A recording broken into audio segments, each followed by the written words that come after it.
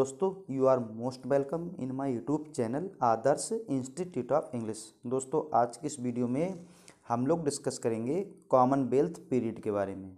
इससे पहले हम लोग डिस्कस कर चुके हैं एलिजाबेथन एज के बारे में, उसके बाद जैकोबिन एज के बारे में, उसके बाद कैरोलाइन एज के बारे में। इन तीनों एज के बारे में हम लोग डिस्कस कर चुके हैं। यदि आपने वीडियो नहीं देखी है तो आप देख लें। एलिजाबेथन एज जो कि 1558 से 1603 तक चला था, और जैकोबिन एज ये चला था 1603 से 1625 तक। फिर कैरोलाइन एज ये चला था 1625 से 1649 तक। आज की इस वीडियो में जो हम लोग डिस्कस करेंगे कॉमनवेल्थ पीरियड, जो कि चला था 1649 से 1660 तक।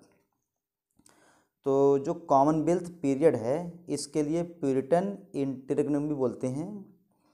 1649 से 1660 तक ये चला था। कॉमनवेल्थ होता क्या है? कॉमनवेल्थ कह सकते हैं एक ऑर्गेनाइजेशन है या एसोसिएशन ऑफ कंट्रीज। कई देशों की एक श्रृंखला होती है या कई देशों का एक ग्रुप होता है जो शासन करते हैं, उसी को बोला जाता है कॉमनवेल्थ। और प्यूरिटन, इस एज में प्यूरिटन तो थे ही, जैसे कि जॉन मिल्टन भी थे, जो कि 1608 में पैदा हुए थे और 1674 में इनकी डेथ हुई थी। तो कॉमनवेल्थ पीरियड जिसे बोलते हैं प्यूरिटन इंटररेग्नम। इंटररेग्नम का मतलब क्या हुआ? अंतराल। अब अंतराल कैसा है इसे तो हम वीडियो में देखेंगे ही। तो थोड़ा सा इसे डिस्क्राइब किया जाए। The Commonwealth period as known as, जो कॉमनवेल्थ पीरियड है इसे जाना जाता है प्यूरिटन इंटररेग्नम के रूप में। प्यूरिटन इंटररेग्नम मतलब प्यूरिटन का जो अंतराल है। एक्सटेंड्स, ये आगे बढ़ा दिया जाता है from the end of civil war, जब सिविल वार का अंत हुआ था। सिविल वार क्या होता है इसके बारे में एक वीडियो में जो है अपलोड करूँगा, जिसमें हम लोग डिस्कस करेंगे केवल सिविल वार के बारे में। कितने सिविल वार हुए थे, पहला कब हुआ था, दूसरा सिविल वार कब से कब हुआ था, और तीसरा सिविल वार कब से कब तक हुआ था।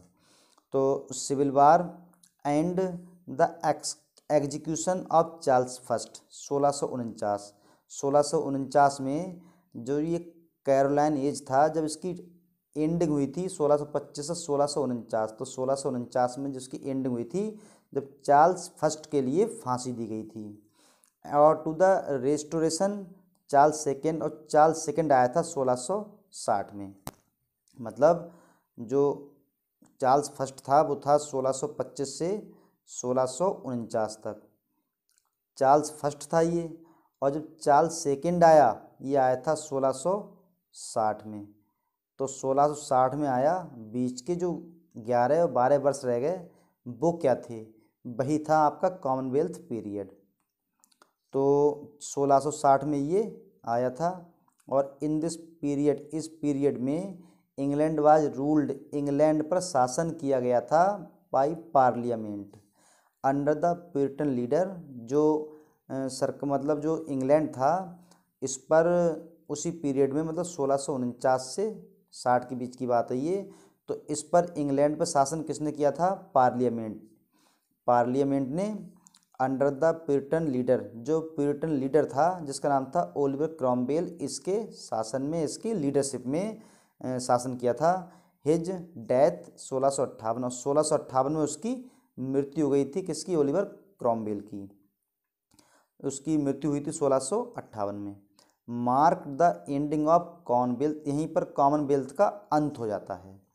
आफ्टर द क्रॉमवेल्स डेथ, और क्रॉमवेल की मृत्यु के बाद में, जब क्रॉमवेल की मृत्यु हो गई थी 1658 में, तो जो है उसका जो पुत्र था रिचार्ड क्रॉमवेल, जो ओलिवर क्रॉमवेल का पुत्र है रिचार्ड क्रॉमवेल, इसने शासन किया था इंग्लैंड पर 1660 में।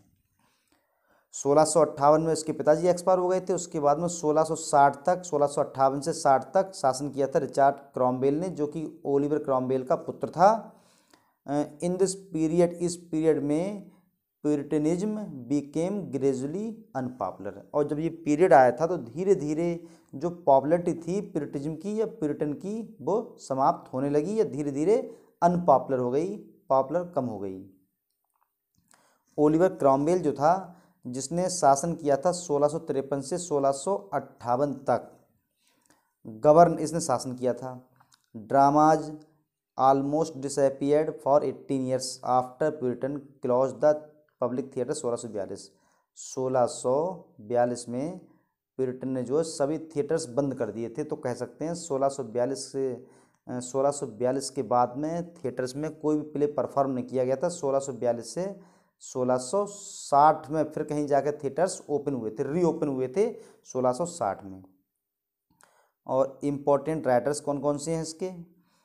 सर थॉमस ब्राउन हैं, थॉमस फुलर हैं, जेरमी टेलर हैं, अब्राहम कॉले हैं, एंड्रू मार्वेल हैं, और वैसे तो मिल्टन भी हैं। मिल्टन को हम लोग डिस्कस कर भी चुके हैं।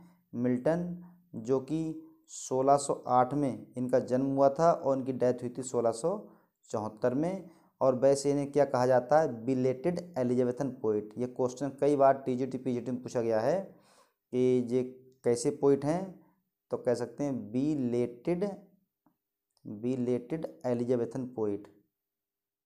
एलिजाबेथन पोइट कौन? जॉन मिल्टन जो है बिलेटेड एलिजाबेथन पोइट हैं, जो कि 1674 में इनकी डेथ हुई थी। और जो है बाकी जो पोइट्स हैं जैसे Thomas Browne, Thomas Fuller, Jeremy Taylor, Abraham Cowley, Andrew Marvell, ये सभी जो हैं इसी कॉमनवेल्थ के इम्पोर्टेंट राइटर्स हैं। और अगर थोड़ा डिस्कस किया जाए इसके बारे में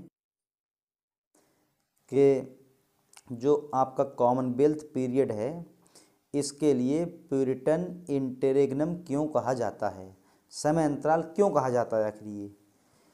तो after the death of Charles first, जब चार्ल्स फर्स्ट की मृत्यु हो गई थी तो a new king did not assume power until 1660।